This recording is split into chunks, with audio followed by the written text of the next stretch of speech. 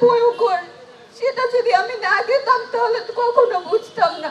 আমার ভাই প্রতিদিন জিজ্ঞাসা করে বাবা কোথায়, বাবা কোথায়।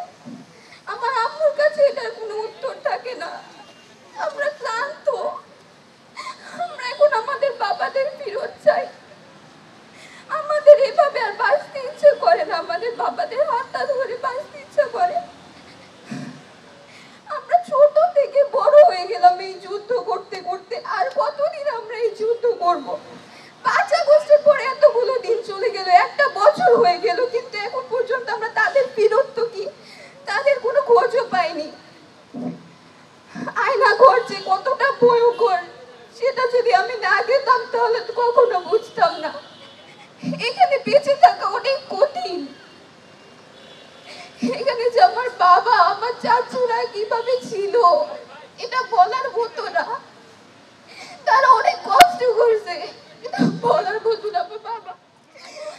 আমার বাবা আমার নামটা আয়না ঘরের ভিতরে লিখে রাখছিল। আমি জানি না আমার বাবা এখনো বেঁচে আছেও কিনা, কিন্তু আমি আমার বাবাকে ফেরত চাই। আমি আমার বাবাকে জড়িয়ে ধরতে চাই। আমি যখন অসুস্থ থাকি আমার তখন মন চায় আমার বাবার সাথে থাকতে, আমার বাবার হাতটা ধরতে, কিন্তু এটা এখন আমার জন্য স্বপ্ন। বাবার সাথে স্কুলে যাওয়া, বাবার সাথে সময় কাটানো, এগুলো আমার কাছে এখন একটা স্বপ্ন। আমি জানি না আমার এই স্বপ্নটা পূরণ হবেও কিনা। আমি শুধু আমার বাবাকে ফেরত চাই।